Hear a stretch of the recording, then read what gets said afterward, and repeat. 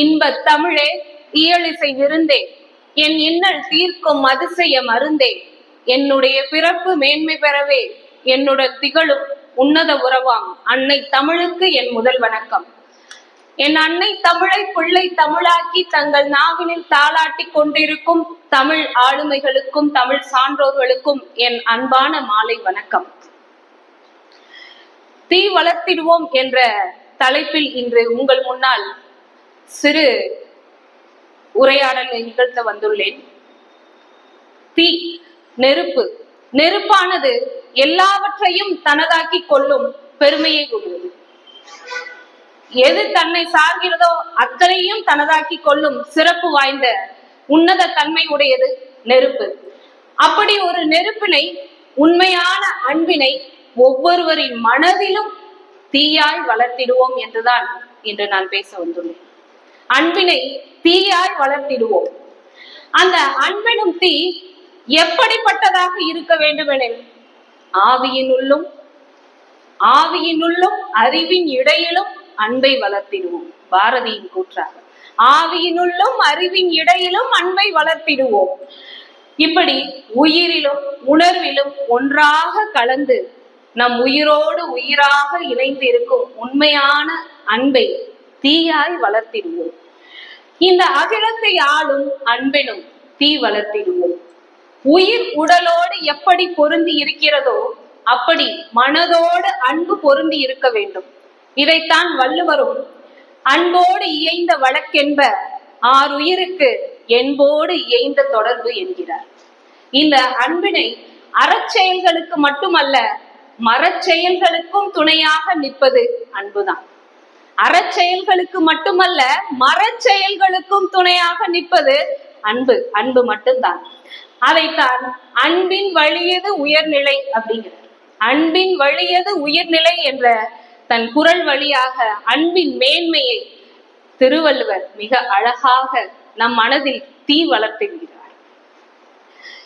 அதாவது, எப்படி ஒரு அடுப்புல பால் காய்ச்சி இருக்கும் போது அந்த தன்னுடைய இருக்கக்கூடிய நீரானது ஆவியாக மேலே போகும்போது அந்த பால் எப்படி உணர்ச்சி வசப்பட்டு அந்த ஆவியை பிடிக்கணும்னு பால் பொங்கி வடுகிறதோ, அதை போல ஒரு பேரன்பு நம் எல்லோரிடத்திலும் வேண்டும். கொஞ்சோண்டு அதுல தண்ணி ஊத்தினோடனே நீராவியான மாதிரி தண்ணியை ஊத்தினோடனே, குளிர்ந்த தண்ணீரை ஊற்றினோட அப்படியே அடங்கி போகிறது. அப்படி நீராவியை தண்ணியை பிடிக்கிறதோ அப்படி ஒரு பிரிவில்லாத அன்பு எனும் ஒரு தீயை நாம் ஒவ்வொருவருக்குள்ளும் வளர்த்திட வேண்டும். இந்த பாட்டுக்கு ஒரு புலவன் பாரதி அப்படின்னு நம்ம எல்லாருக்கும் தெரியும். ஆனா பால் காய்ச்ச தெரியாத கணவன் பாரதியார்னு எல்லாருக்கும் தெரியுங்களா? ஆங்கிலேயர்களை தன்னுடைய கவிதைகளால கதற விட்டவன் பாரதி. ஆனா அடுப்பங்கரையில அடுப்ப பத்த வைக்க தெரியாம கதறி போனவர் பாரதியார். நம்ம எல்லாருக்கும் தெரிஞ்ச விஷயம்தான். பாரதியாரு பால் காய்ச்சி குடிக்கணும்னு நினைச்சாரு. என்னென்னமோலாம் ஆசைப்பட்டாரு. காணி நிலம் வேண்டும், அது வேணும், இது வேணும்னு கேட்டவருக்கு ஒரு நாள் இரவுல சூடா பாலை காய்ச்சி குடிக்கணும்னு அடுப்ப பத்த வைக்க முயற்சி செஞ்சாரு. இருக்க கவிதை எழுதுற பேப்பரை விட அவர் அடுப்பு பத்த வைக்கிறதுக்கு முயற்சி செஞ்ச காகிதங்கள் தான் அதிகமா இருந்தது. அவரால் பாலை காய்க்க முடியல. சரி, பாரதிதாசனும் பக்கத்துலதான் இருந்தாரு. நீங்க போய் கொஞ்சம் ஓய்வெடுங்க, அடுத்த முயற்சியை நான் செய்யறேன்னு பாரதிதாசனும் வந்தாரு. பாரதியார் ஒரு தூக்கமே தூங்கி எந்திரிச்சிட்டாரு. நிலவு தூங்கி சூரியன் வந்த மாதிரி பாரதியார் தூங்கி எந்திரிச்சு வந்தாரு. இன்னும் அந்த பாலை காய வைக்கவே முடியல. அப்பதான் நொந்து போனாரு. செல்லம்மால அப்பதான் நினைச்சிருக்காரு, நம்ம வீட்டுல ஆள் இல்லாத போதுதான் அந்த செல்லம்மாவை பத்தின சிந்தனையே அவருக்கு வந்திருக்குது. ஒரு பால் காய வைக்கிறதுக்கு கூட நம்மளுக்கு முடியலையே. இந்த பெண்கள் எல்லாம் எப்படிதான் சமைக்கிறாங்க? அடுப்புல தீய பத்த வச்சு பாலை காய வச்சு நம்மளுக்கு வேணுங்கிற நேரம் எல்லாம் சாப்பாடு கேட்கிறப்ப எல்லாம் சுட சுட கொடுத்துட்டு உண்மையிலே ரொம்ப கஷ்டப்பட்டாரு பாவம். அப்ப எனக்கு அதுதான் அந்த ஞாபகம் வந்தது. கிடைச்ச காகிதத்தை எல்லாத்தையும் பத்த வச்சு எடுத்து முடிச்சிட்டாரு. பாரதியாராலையும் ஒண்ணும் முடியல, பாரதிதாசனாலையும் ஒண்ணும் முடியல. அப்ப எழுதின அவர் பாட்டுதான், பெண்மை வாழ்க வென்று கூத்திடுவோமடா, பெண்மை வெல்க வென்று கூத்திடுவோமடா அப்படிங்கிற அந்த அழகான பாடல் வரிகளை அடுப்பு பத்த வைக்க முடியாத சூழ்நிலையில அவருக்கு மனசுக்குள்ள தீயா உதிச்சிருக்குன்னா பாத்துக்கங்களேன். அதாவது இந்த பக்கத்துல இருக்க செல்லம்மா இருந்திருந்தாங்கன்னா அவர் செல்லம்மா சொல்லியிருப்பாரு, சும்மா தீ வளர்த்திடுவோன்னு பாட்டு எழுதுனா மட்டும் போதாது, தெரிஞ்சுக்க செல்லமா. அதாவது இவருடைய கவிதைகள்ல உயிர் பெற்றது மாதிரி இன்னைக்கு பெண்மையை வாழ்க வைக்கவும் வெல்ல வைக்கவும் இன்றைக்கு எல்லார் வாயிலையும் உச்சரிக்கக்கூடிய ஒரே பெயர் சுனிதா வில்லியம்ஸ். அந்த அம்மாவுக்கு நான் கூட ஒரு 40 வயசு 50 வயசு ஆகும், 58 வயசு கடந்து கிட்டத்தட்ட 60 தொடக்கூடிய ஒரு வயசுல 2700 டிகிரி செல்சியஸ் வெப்பம் இருக்கக்கூடிய ஒரு விண்கலத்தை ஆய்வு செஞ்சு அந்த நம்மளோட மண்ணுல இருக்கக்கூடிய அனைவரும் பயன்படும் மாதிரி ஒரு உன்னதமான வாழ்க்கையை வாழ்ந்து காட்டி முன்மாதிரியாக எடுத்துக்காட்டாக இருக்கக்கூடிய இன்னைக்கு சுனிதா வில்லியம்ஸ் அவர்களை நம்ம எல்லாரும் உச்சரிச்சுக்கிட்டோம். உண்மையிலே அவங்க நைட்டெல்லாம் தூங்காம உட்காந்து எப்ப அந்தம்மா வானத்துல இருந்து இறங்கி வருவாங்கன்னு ஒவ்வொருத்தரும் வாட்ச பாக்குறது, வெளியில போய் வானத்தை பாக்குறதுமாக இருந்தோம். நம்ம வீட்டு பெண்ணு ஏதோ ரொம்ப தூரம் ஊர்ல இருந்து வந்தா எப்படி ஆவலோட ஒவ்வொருத்தரும் வரவேற்போமோ அதே ஆசையோட அதே எதிர்பார்ப்போட எல்லாரும் போய் டிவியை போட்டு பார்க்க, இந்த விண்கலம் எங்க வந்துருச்சு, என்ன செஞ்சிட்டு இருக்கு, ஒவ்வொரு நொடிக்கு நொடி என்ன ஆச்சு அப்படிங்கிற அந்த தகவலை தெரிஞ்சுக்கிறதுக்காக அவ்வளவு ஆசையா இருந்தோம். பெண்கள் அந்த காலத்துல கடல் கடந்து போகக்கூடாது, வீட்டை தாண்டி போகக்கூடாதுல இருந்து எல்லாம் ஆரம்பிச்சு. ஆனா இன்னைக்கு அந்த அம்மா எங்க விண்கலத்துல தாயோட கருவறையில 9 மாசங்கள் இருந்துட்டு வந்தது மாதிரி விண்வெளியில 9 மாதங்கள் இருந்துட்டு வந்திருக்காங்கன்னு சொன்னா அது நம்மளுடைய பெண்களுக்கும் நம்மளுடைய தேசத்திற்கும் இந்த உலகத்திற்குமே எவ்வளவு ஒரு பெருமை மிக்க செயலாக இருக்கும். உண்மையிலே நம்மளும் ஒரு பெண்ணாக பிறந்திருக்கோம் அப்படிங்கறத அவங்கள நினைச்சு பார்க்கும்போது ரொம்ப பெருமிதமா தான் இருக்குன்னு சொல்லலாம். இப்படி 59 வயசுலயும் பாரதி கண்ட சாதனை பெண்ணாக வலம் வருகிறார். விண்ணின் ஆசை வளர்த்திடுவோம் அப்படிங்கிற பாரதியினுடைய வரிகளுக்கு உயிர் கொடுத்த வீரமங்கைன்னு சொன்னா சுனிதா வில்லியம்ஸ். நிறைய பெண் அடிமைத்தனத்தை ஒழிக்க விரும்பணும் அப்படின்னு சொன்ன பாரதி தீ வளர்த்திடுவோம், பாரதி என்னும் தீயை பெண்களின் வழி வளர்த்திடுவோம். எங்க ஊர்ல எல்லாம் சொல்லுவாங்க, ஒரு பஞ்சாயத்து தலைவரே இருப்பாரு, அவங்க வீட்டு பொண்ணுகள்லாம் வெளியில விட மாட்டாரு. ஏதாவது கேட்டா படிக்கிறதுக்கே வெளியில விட மாட்டாங்க. நீ எல்லாம் படிச்சு என்னமா செய்ய போற அப்படின்லாம் சொன்ன காலம் இருந்துச்சு. இன்னைக்கு அவரே வாசல்ல வந்து சுனிதா வில்லியம்ஸ் வந்துட்டாங்களா, நம்ம பிள்ளையும் படிக்க வச்சிருந்தோம்னா இவங்களும் இது மாதிரி வந்திருப்பாங்களேன்னு சொல்லி வருத்தப்பட்ட உண்மையான நிகழ்வு. அப்ப எங்கேயோ ஒரு இடத்துல யாருக்கோ ஒரு பதவிக்கு ஒரு பெரிய இடத்துக்கு வரும்போதுதான் நம்ம வீட்டு பிள்ளைகளையும் படிக்க வைக்கலையே அப்படிங்கிற ஒரு ஆதங்கம் வருது. அவங்கவுங்களுக்குன்னு வந்தாதான் அந்த வைத்த வழி தக்காளி சட்னி கதையெல்லாம் ஞாபகத்துக்கு வருதுன்னு வச்சுக்கோங்களேன். அதாவது தீண்டாமை தீட்டு எனும் தீயை அழித்திடும் கேள்வி தீ வளர்த்திடுவோம். இன்னுமே கிராமப்புறங்கள்ல மாதவிலக்கு ஆனா வெளியில விட மாட்டாங்க. இப்ப இருக்கக்கூடிய பக்கத்து ஊர்லயும் பாத்தீங்கன்னா பெண்களை வந்து சமைக்க விட மாட்டாங்க. இத்தனை வருடம் கடந்தும் இன்னமும் இந்த சூழ்நிலை இருந்துகிட்டுதான் இருக்கு.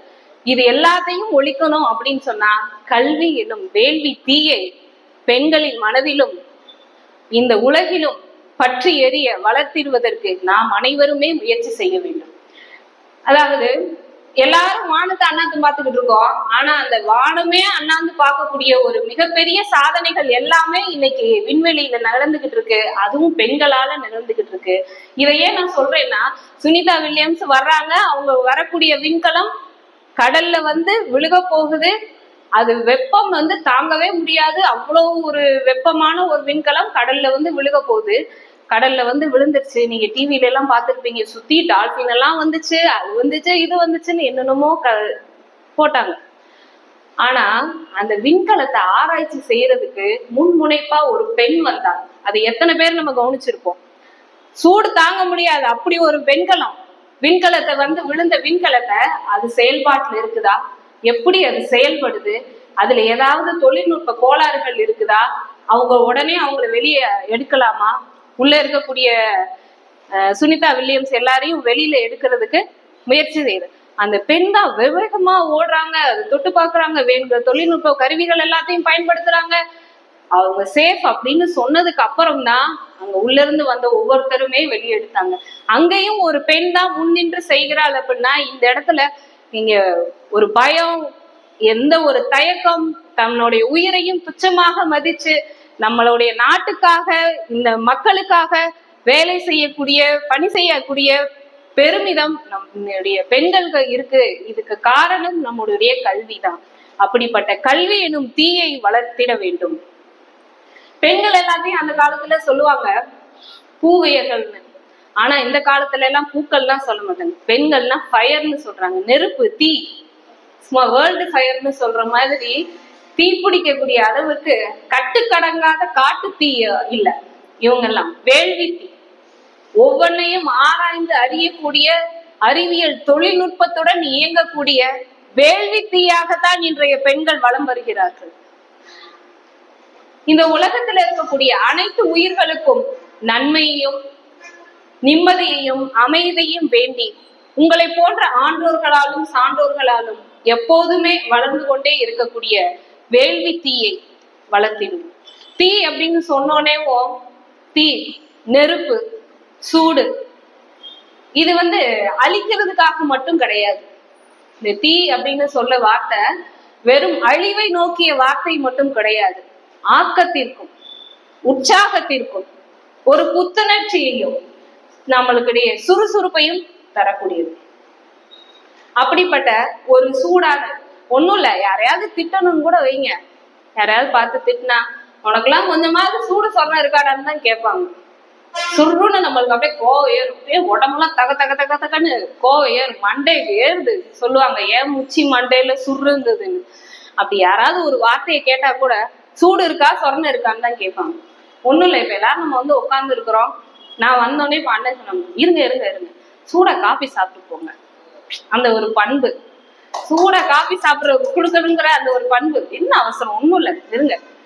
அந்த ஒரு பண்பு அப்படிங்கக்கூடியது தீமான் தீ, அந்த தீயை வளர்த்திடும். வீட்லயும் நம்ம கேட்போம், என்ன கேட்போம், எனக்கு சூட காபி டீ வேணும், சுட சுட இட்லி, அப்படியே பஞ்சு மாதிரி. மதுரை பக்கம்லாம் சொன்னா மல்லிப்பூ இட்லின்னு சொல்லுவாங்க. அது மாதிரி எதை கேட்டாலும் நம்ம என்ன சொல்லுவோம், சூடா வேணும் கேட்போம். 2 தோசை 3 தோசை சூடா கூட போடுவாங்க.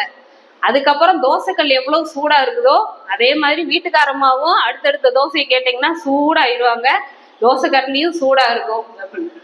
அதாவது சூடு அப்படிங்கிறது இனிப்போட சேர்ந்தது, ஒரு சுவையோட சேர்ந்தது. இப்படி தீ அப்படிங்கிறதும் வெறும் அழிவை தரக்கூடியது இல்லை, நம்மளுடைய உடலுக்கும் புத்துணர்ச்சியை தரக்கூடியது.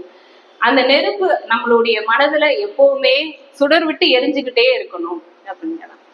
தீயா வேலை செய்யணும் குமார்னு சொல்லுவாங்க, படங்கள்ல எல்லாம் நம்ம சொல்லுவாங்க, ஐயா தீயா வேலை செய்யணும் குமாரு அப்படின்னு.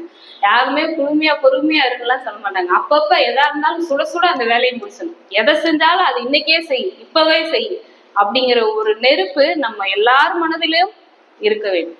அப்படி இருந்தா எங்க வீட்டுல எல்லாம் சொல்லுவாங்க, செய்யறத திரும்ப செய்யும் அப்படின்பா, திரும்ப செய்யாத. ஒரு வீடை கூட்டுறோம் அப்படின்னா கூட எங்க அம்மா சொல்லுவாங்க, ஒழுங்கா செய், ஒரே தடவை அந்த வேலையை செஞ்சு முடியும். அப்ப அந்த ஒரு பொறுமை, பொறுப்பு அப்படிங்கக்கூடிய எல்லா வித உணர்வுகளையும் நம்ம ஒரு தீ போல நமக்கு ஆக்கிக்கணும். நம்ம என்ன நினைக்கிறோமோ அதை நமக்கு ஆக்கிக்கணும். ஒரு இலக்கு அப்படிங்கிறத தேர்ந்தெடுக்கிறோம் அப்படின்னா அந்த இலக்கை அடையிறதுக்கான என்ன முயற்சிகள் எல்லாம் இருக்கோ அது எல்லாத்தையுமே தீ எந்த இடத்துலயும் தடைப்படாது. வாடு சரு சரு சருன்னு போற மாதிரி நம்ம உள்ளுக்குள்ள இருக்கக்கூடிய கனல் நம்மளுடைய செயல் வெற்றி அப்படிங்கிற இலக்கை அடையும் வரைக்கும் தீ போல வளர்ந்துகிட்டே இருக்கணும். இப்படி தீ போல ஒரு வளர்ந்த ஒரு சின்ன நிகழ்வை சொல்லணும்னு நினைக்கிறேன். தன்னோட வாழ்க்கையில எந்த வித சுறுசுறுப்புமே இல்லை, ஏண்டா வளர்ந்தோம் ஏண்டா பிறந்தோம் அப்படின்னு ஒரு சலிப்பான ஒரு வாழ்க்கை வாழ்ந்த ரூபான்னு ஒரு பெண். அவங்க என்னன்னா சென்னையை சார்ந்தவங்க தான், வண்டலூர்ல இருக்காங்க. அவங்களுக்கு இப்ப வயசு 41 வயசு ஆச்சு. பிறப்பால நம்ம எல்லாம் நல்லா இருக்கோம், கை கால எல்லாம் சரியான உயரத்துல வண்ணத்துல எல்லாத்துலயும் இருக்கும். ஆனா அவங்க ரொம்ப உயரத்திலே கம்மியானவங்க, உயரமே இல்லைன்னு சொல்ற அளவு ரொம்ப ரொம்ப சின்ன பிள்ளை. தலை மட்டும்தான் பெருசா இருக்கும், கை காலெல்லாம் அப்படியே ரொம்ப சின்னதா இருக்கும். 5வது வரை ஸ்கூலுக்கு எல்லாம் போனாங்க, படிச்சாங்க. 5வது வரை படிச்சதுக்கு அப்புறம் நீ எல்லாம் படிச்சு என்ன செய்ய போற, நம்ம ஊர்லதான் பேச்சு கேட்போம்ல, நீ எல்லாம் வாழ்றதுக்கே லாயக்கு இல்லாத ஒரு ஆளு, நீ எல்லாம் படிச்சு என்ன ஆக போற, கைகால் நல்லா இருக்க வேணாம் படிச்சு டிகிரி வாங்கி என்னென்னமோ கோர்ஸ் எல்லாம் படிச்சு ஒருத்தனுக்கு வேலை கிடைக்கல, ஒருத்தனுக்கு சம்பாதிக்க முடியல, உனக்கு என்ன மூளை மட்டும்தான் வளர்ந்துருக்குது, கைகால் கூட ஒரு வளர்ச்சி இல்லைன்னு பயங்கர ஏச்சு பேச்சு. கொஞ்சம் நஞ்சம் இல்லை, ரொம்ப மனம் தளர்ந்துட்டாங்க. சரி அவங்களும் இதுக்கு மேல நம்ம படிச்சு என்ன செய்ய போறோம்னு 5வதுக்கு மேல அவங்களால படிக்க முடியும். எந்திரிச்சு நடந்து போக முடியாது, ஓட முடியாது, எதுவுமே செய்ய முடியாது. குட்டி குட்டியா கை கால வச்சிருக்க பெண் என்ன செய்வாங்க? ரூபா. ஆனா அவங்களுக்குள்ளயும் ஒரு நெருப்பு எரிஞ்சுக்கிட்டே இருக்கு. விடாமுயற்சிங்கிற ஒரு நெருப்பு எரிஞ்சுக்கிட்டே இருக்கு. என்ன செய்யலாம் அப்படின்ட்டு ஒவ்வொன்னா பாக்குறாங்க, ஏதோ முயற்சி பண்றாங்க. 5வது படிச்சவங்க தன்னுடைய கதை எழுதுறது, கவிதை எழுதுறது, அதை படிக்கிறது, சிறு சிறு புத்தகங்கள் அதை வெளியிடுறது, இப்படி சொல்லிட்டு கொஞ்சம் கொஞ்சமா தன்னை முயற்சி செஞ்சு அடுத்த கட்டத்துக்கு நம்மளா முயலுவோம். சொல்றவங்க சொல்லட்டும், நம்ம செய்ய முடிஞ்சதை செய்வோம்னு செய்ய ஆரம்பிக்கிறாங்க. அவங்களுக்கு கணிப்பொறி மேல ஒரு ஆர்வம். எப்படியாவது இந்த கம்ப்யூட்டரை கத்துக்கிட்டு அதுல ஏதாவது ஒண்ணு செய்வோம் அப்படின்னு சொல்லிட்டு அதையும் கத்துக்கிட்டாங்க. அதுல வரக்கூடிய விளம்பரங்கள்ல ஒரு விளம்பரத்தை பாக்குறாங்க. அது என்ன அப்படின்னா, இந்த மாற்றுத்திறனாளிகளுக்கான ஒரு போட்டி நடக்கிற இடம். இப்ப நம்ம பாரா ஒலிம்பிக்ஸ் எல்லாம் சொல்றோம் இல்லையா, அது மாதிரி ஒரு போட்டி நடக்கக்கூடிய விளம்பரத்தை பாக்குறாங்க. அதை பார்த்ததுக்கு அப்புறம் இதுல நம்மளும் சேரலாம் அப்படின்னு முயற்சி பண்றாங்க. அவங்களோட தொடர் முயற்சியால அந்த போட்டிகள்ல சேர்றாங்க. அது போஷியா அப்படின்னு சொல்லக்கூடிய விளையாட்டு போட்டி. அந்த போஷியா அப்படிங்கிற போட்டியில மாற்றுத்திறனாளிகள் மட்டுமே பங்கேற்க முடியும். நம்ம தங்க மாரியப்பன்லாம் நம்ம கேள்விப்பட்டிருப்போம் இல்லையா, அது மாதிரி இந்த ரூபாவும் அந்த போட்டிகள்ல சேர்றாங்க. அவங்களுடைய தொடர் முயற்சியால தங்க பதக்கம் வாங்குறாங்க. ஒண்ணுமே உன்னால முடியாது, நீ எல்லாம் வாழ்றதுக்கே லாய்க்கு இல்லைன்னு சொன்னவங்க முன்னாடி தங்க பதக்கம் வாங்கிட்டு வந்து வீர மங்கையா நிக்கிறாங்க அந்த ரூபா. அப்ப அவங்க சொல்றாங்க, உண்மையிலே நான் இந்த உலகத்தை விட்டு போயிடலான்னு தான் நான் நினைச்சேன். இவங்க எல்லாம் சொல்றதை கேட்டு நம்மளாம் வாழணுமான்னு கண்ணாடி முன்னாடி முகத்தை பாக்குறது கூட எனக்கு பிடிக்காது. முகம் மட்டும்தான் இருக்கு, இந்த குட்டி நூண்டு கையும் காலும் வச்சு நான் நடக்க கூட முடியாது, நானு எதுக்கு இருக்கலாம்லாம் நினைச்சேன். ஆனா நம்ம அடுத்தவங்க பேச்ச கேட்டு வாழக்கூடாது. எந்த ஒரு முயற்சியா இருந்தாலும் நம்ம சிந்திக்கிறது என்னவோ, நம்ம மனசு என்ன சொல்லுதோ அதன்படி நடக்கணுங்கிற விடாமுயற்சி எனும் தீ வளர்த்தேன். இன்னைக்கு நான் தங்க மங்கையா உங்க முன்னாடி வந்து நிக்கிறேன். இப்ப சொல்றாங்க, என்னால நடக்க முடியாது, ஓட முடியாது, ஆனா தங்க பதக்கத்தை ஜெயிக்க முடியும் அப்படின்னு வந்து சொல்றாங்க. இப்படி இது மாதிரி இயற்கையோட படைப்புல 7ஆம் அறிவு படைக்கப்பட்டவர்கள் தான் இவங்க எல்லாரும். ஆமா, இவங்களால எல்லாமே சாத்தியம். அவர்களை பொறுத்தவரையில் எல்லாமே சாத்தியம். என்னால முடியாது, இதை செய்ய மாட்டேன், அதை செய்ய மாட்டேன் அப்படின்னு எந்தவித தயங்கமும் அவங்க கிட்ட கிடையாது. இப்படிப்பட்ட மாற்றுத்திறனாளிகள் இவங்களோட அகராதியில முடியாது, இயலாதுங்கிற வார்த்தையே கிடையாது. தன்னுடைய வாழ்க்கையை தானே தீர்மானிக்கக்கூடிய தன்னம்பிக்கை தளபதிகள். நானு சேலம் மாவட்டத்துல நெய்யமலை அப்படின்னு ஒரு கிராமத்துல ஒரு 11 ஆண்டுகள் பணியாற்றினேன். அங்க என்னுடைய பள்ளியில ஒரு மாணவன் வேல்முருகன் பேரு. அந்த மாணவன் பாத்தீங்கன்னா கால் நடக்க முடியாது, இந்த எக்ஸ் கால் மாதிரி இப்படி சொல்லுவாங்க இல்லையா, அப்படித்தான் இருக்கும். நம்மளாம் சாதாரணமா நடந்து வரோம், செப்பல் போட்டு வரோம். அவனால அந்த காலனி கூட அணிய முடியாது. மலை மேல ஏறி திரும்ப மலை மேல இறங்கி திரும்ப அந்த மலை மேல நடந்தே போகணும். ரோடு வசதி எதுவுமே கிடையாது. 10வது படிக்கிறான், தினம் பள்ளிக்கூடத்துக்கு வர முடியல. அப்ப என்ன பண்ணேன், சரி நீ தினம் எல்லாம் பள்ளிக்கூடத்துக்கு வராத, அவ்வளவு தூரம் நடந்து வர்றது முடியாது, இல்லாட்டி அவங்க அப்பா முடிஞ்சா தூக்கிட்டு வரணும். இந்த மாதிரி சூழ்நிலையில தினம் ஸ்கூலுக்கு வர வேண்டாம், உனக்கு என்ன ஹோம்ஒர்க்கோ வீட்டு பாடமோ அதை நானும் உனக்கு கொடுத்துறேன். நான் சொல்றது 11-12 வருஷத்துக்கு முன்னாடி 2011. அங்கெல்லாம் போன் வசதி கிடையாது, கரண்ட் கிடையாது, தண்ணி கிடையாது, எதுவுமே கிடையாது. கிடையாதுங்கிறது மட்டும்தான் இருக்குது அங்க. அப்படிப்பட்ட ஒரு ஊர்ல அந்த மாணவனை படிக்க வைக்கணும். ஆனா நல்ல முயற்சி செய்யக்கூடிய மாணவன். சரி இவனை என்ன செய்யலான்னு தினம் தினம் அவனுக்கான வீட்டு பாடங்களை கொடுக்கறது, அப்படியே படிக்க வச்சு 10வது முடிச்சுட்டான். திரும்ப கீழே மலையை விட்டு அடிவாரத்துல வாழப்பாடிங்கிற ஊர்ல கொண்டு போய் 11வது 12வது சேர்த்து விட்டோம். அங்கேயும் போய் 12வது வரை முடிச்சுட்டான். திரும்ப சேலத்துல போய் காலேஜ் சேர்த்து விட்டோம். பிகாம் படிச்சு முடிச்சிட்டான். இதே மாதிரிதான் இந்த மாணவனை ஏன் நான் சொல்ல வரேன்னா, தினம் பிகாம் படிக்கும் போது சனி ஞாயிறானா வாரத்துக்கு வீட்டுக்கு வருவான் இல்லையா, மேல 8 கிலோமீட்டர் மலை ஏறி வரணும். அவனால முடியலைன்னா யார் வண்டியில வந்தாலும் லிஃப்ட் கொடுங்கன்னு கேட்கவே மாட்டான். அவங்களா பார்த்து ஏத்துட்டு போனா மட்டும்தான் ஏறுவானே தவிர நான் வர்றேன் என்னை ஏத்திக்கங்கன்னு ஒரு நாளும் கேட்டதில்லை. அவ்வளவு தூரமும் நடப்பான். ஒரு 10 எட்டுக்கு மேல அவனால அடுத்த எட்டு வைக்கவே முடியாதுங்க, அப்படியே நின்றுவான். இப்படியே ஒரு நைட்டு ஃபுல்லா ஆனாலும் அவனா நடந்து வருவான், அங்கங்க படுத்து தூங்குவான். அடுத்துதான் அப்படிதான் வீட்டுக்கு போவான். யாராவது இறக்கப்பட்டு பார்த்துதான் அவனை வீட்டுக்கு கூட்டிட்டு போகணும். இப்படி இந்த ஒரு சூழ்நிலையில நம்மளா இருந்தோம்னா கண்டிப்பா என்னாலாம் படிக்க முடியாதுன்னு சொல்லிடுவோம். பிகாமும் முடிச்சுட்டு இப்ப டிஎன்பிசி குரூப் 4 குரூப் 1 எக்ஸாமுக்காக அவன் படிச்சுக்கிட்டு இருக்கான். ஒரு இன்னர்வீல் அப்படின்னு சொல்லக்கூடிய ஒரு கிளப் மூலமா அவனுக்கு நான் சக்கரை 2 வீலர் சொல்றோம் இல்லையா, 3 வீலர் பைக் 3 சக்கரம் இருக்கக்கூடிய மாற்றுத்திறனாளிகளுக்கான வாகனம் ஒண்ணு வாங்கி கொடுத்தேன். இப்ப அவன் ரெக்க கட்டி பறக்கிறது தாங்க எனக்கு சந்தோஷமே. ஒண்ணுமே முடியாது. இப்ப அவன் யாரெல்லாம் தன்னை ஏத்திட்டு போகலையோ, வாங்க நான் ஏத்திட்டு போறேன் அப்படின்னு சொல்லி அடுத்தவங்களுக்கு லிப்ட் கொடுக்கற அளவுக்கு உயர்ந்து இருக்கிறான் அவனோட வாழ்க்கைய. நல்லா நம்மளால முடியாதுன்னு நினைச்சிருந்தாங்கன்னா இந்த மாதிரி மாற்றுத்திறனாளிகள் எல்லாம் முன்னுக்கு வர முடியுங்களா? இப்ப அந்த மாணவன் குரூப் 4 எக்ஸாம் எழுதிட்டு அதுக்காக வெயிட் பண்ணிட்டு இருக்கான். அதாவது மாற்றுத்திறனாளிகள் இந்த உலகத்தையே மாற்றக்கூடிய திறனை படைத்தவர்கள் அப்படிங்கிறதுக்காக இதை நான் சொல்ல வரேன். உண்மையில நான் அந்த இடத்துக்கு நான் வேலைக்கு போகும்போதெல்லாம் பாத்தீங்கன்னா அப்படியே ஒத்தையடி பாதை, அழகான ஒரு மலைச்சாரல், இந்த பக்கம் நனைஞ்சு மேடு எல்லாமே பழம் குண்டும் குழியுமா அப்படியே இருக்குது. நானும் என் கணவரும் தான் முதல் நாள் வேலைக்கு சேர்றதுக்காக அப்படியே போறோம். எது மேடு எது பள்ளம் எங்க தண்ணி தேங்கி இருக்கு ஒன்னும் தெரியல. போறோம், வண்டியில ஏறுறோம், கொஞ்ச தூரம் போகும்போதே வலிக்கு கீழே விழுந்துடுறோம். தலையில அடிபடாத ஒரு குறையா பள்ளிக்கு போறோம். சேரும் சகதியுமா இருக்குது எங்களுடைய ட்ரெஸ் எல்லாமே. அங்கிட்ட இருந்து மேல இருந்து வந்தவங்க இந்த பக்கமா போங்க, ஒரு ஏரி வரும், அதுல போய் உங்க துணியெல்லாம் அலசிட்டு மேல போங்க அப்படிங்கிறாங்க. நான் அப்ப நினைச்சேன், ஐயோப்பா நான்லாம் வீடை விட்டா ஸ்கூலு, இப்படியே வளர்ந்த பிள்ளை, ஒரு காடு மேடு கூட போனதில்லை.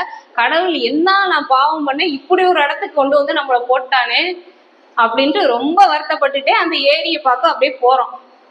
அங்க போய் பாத்தீங்கன்னா அப்படியே கண்ணாடியா மிதக்குது தண்ணி. நம்மளோட முகம் பார்க்கலாம், விழுந்த பயமே இல்லாம போச்சு. ஒரு பதட்டம், எல்லாமே நம்ம விழுந்தோமா அப்படிங்கிற ஒரு இதே இல்லை. அவ்வளவு ஒரு அழகான நீர்நிலை. அதை பார்க்கவுமே மனசு சரி அப்படின்னு. இதையும் தாண்டி நாங்க அந்த 8 கிலோமீட்டர் சாதாரணமா சொல்றேன், அந்த 8 கிலோமீட்டர் கடந்து போறதுக்கு 1.5 மணி நேரம் ஆகுங்க. அவ்வளவு மோசமான மலைப்பாதை. மலை மேல ஏறணும், பக்கத்துல அப்படியே சைட்ல மலை தெரியும். இப்படி திரும்பி பார்த்தோம்னா ஐயோ இதுக்குள்ள விழுந்துருவோமான்னு பயமா இருக்கும். அப்படிப்பட்ட மலை மேல ஏறி போறோம். போய் அங்க இருக்கக்கூடிய மலைவாழ் மக்கள், பழங்குடியின மக்கள் மட்டும்தான் அங்க இருக்காங்க. அங்க இருக்க குழந்தைகள் எல்லாம் பார்த்தா ஏதோ நான் தான் வானத்துல இருந்து இறங்கி வந்த தேவதை மாதிரி தொட்டு பாக்குங்க. சேலையை பிடிச்சு பாக்குங்க, கைய பிடிச்சு பாக்குங்க. நான் டீச்சரை போய் தொட்டுட்டேன், டீச்சர் கைய தொட்டுட்டேன் அப்படின்னு சொல்லிட்டு அவ்வளவு ஒரு ஆர்வமா மகிழ்ச்சியா போகுது. இந்த குழந்தைகளை பார்த்துட்டு வேலை செஞ்சா இப்படி ஒரு இடத்துலதான் வேலை செய்யணும்னு என் முடிவை மாத்திக்கிட்டு கிட்டத்தட்ட ஒரு 11 ஆண்டுகளுக்கு மேல அங்க இருக்க குழந்தைகளுக்காக தான் ஒரே பள்ளியில நான் இருந்தேன். இதை ஏன் நான் சொல்றேன் அப்படின்னா, அங்க இருக்கக்கூடிய மக்கள் மனதுல கல்வி எனும் தீயை வளர்த்துட்டோம் அப்படிங்கிற எண்ணம் தான். ஏன்னா அங்க இருக்கக்கூடிய பெண் குழந்தைகளை படிக்க வைக்க மாட்டாங்க, 8வது முடிச்சோடனே கல்யாணம் பண்ணி கொடுத்துருவாங்க. இதுதான் அவங்க வளர்ந்த சூழல். அப்படி இருக்கும்போது அந்த குழந்தைகளுக்கு கல்வினா என்னங்கிறத நான் போய் சொல்லணும். அங்க இருக்கக்கூடிய பெரியவர்களை ஒத்துக்க வைக்கணும், படிக்கிறதுக்கு ஒத்துக்க வைக்கணும். அப்பதான் 10th வந்த புதுசு 10வது முடிச்சோடனே நாங்க கல்யாணம் பண்ணி வச்சிருவோம், சம்மதமா நீங்க சொல்லுங்க அப்படின்னு சொல்லிதான் 9வதுக்கே எங்களுக்கு அனுப்புவாங்க. அப்போதைக்கு சரின்னு சொல்லிட்டு அவங்கள படிக்க வச்சு 10வது, அதுக்கப்புறம் 11th 12th காலேஜ் வரைக்கும் கிட்டத்தட்ட இப்ப ஒரு 100க்கு மேற்பட்ட பட்டதாரிகள் இன்னைக்கு அங்க அந்த நெய்யமலை அப்படிங்கிற ஊர்ல படிச்சு முடிச்சவங்க இருக்கிறாங்க. அப்போ எல்லாருக்குமே அந்தந்த சூழ்நிலையில நம்ம என்ன செய்யணுங்கிறது மட்டும்தான் யோசிக்கிறாங்களே தவிர, பின்னாடி நம்மளுடைய குழந்தைகள் எப்படிப்பட்டவர்களாக வாழணும் வளரணும் அப்படிங்கிற ஒரு ஞானம் அறிவு இல்லாத ஒரு ஊர்லயும் நம்ம போய் சொன்னா கேக்குறாங்க அப்படின்னா இந்த கல்வி அப்படிங்கிற ஒரு தீ மட்டும்தான் பரவி இருக்கு அப்படின்னு நான் சொல்லுவேன். இது உண்மையிலே ரொம்ப பெருமையாக நான் சொல்லிக்கிறேன். ஒவ்வொருத்தர்கிட்டையும் ஒவ்வொருத்தருடைய மனதிலையும் ஒவ்வொரு இலக்கு அப்படிங்கிற ஒரு தீயை நாம் வளர்த்து விட வேண்டும். நான் சொல்லுவேன், டேய் நீ நல்லவன் தாண்டா, எல்லாருமே இந்த உலகத்துல எல்லாருமே நல்லவங்க தான். படிக்கணுங்கிற ஆர்வத்தையும் ஆசையும் வளர்க்கணும். எதுக்கு டீச்சர் படிக்கணுமா? நான் படிச்சு என்ன செய்ய போறேன்? அரிசி ரேஷன்ல போடுறாங்க, நான் பாட்டுக்கு பொங்கி சாப்பிட்டுட்டு நான் பாட்டுக்கு ஊரை சுத்திட்டு இருப்பேன். ஏன்னா அவங்களுக்கு வாழ்க்கைனால என்னன்னு தெரியாது. இன்னும் சொல்ல போனா கடல்னா என்னன்னு தெரியாது, சுனாமினா என்னன்னு தெரியாது, மலையை விட்டு அவன் கீழே வந்ததே கிடையாது. இப்படி ஒரு உலகம் இருக்கு, இது இவ்வளவு வெளிச்சமா இருக்கும் அப்படிங்கிற அந்த வெளிச்சம் கூட அவங்களுக்கு தெரியாது. அப்படிப்பட்ட ஒவ்வொரு மாணவர்களையும் தன்னுடைய அடையாளம் என்ன அப்படிங்கிறத அவங்களுக்கு காமிச்சு, உனக்கு எந்தெந்த திறமைகள் இருக்கு அப்படிங்கிறத அவங்களுடைய திறமைகளை அங்கீகாரப்படுத்தவும் தான் தான் யாருங்கிறத உணர்ந்து இன்னைக்கு நிறைய பட்டதாரிகள் நிறைந்த ஒரு ஊராக அந்த நெய்யமலை இருக்கிறது.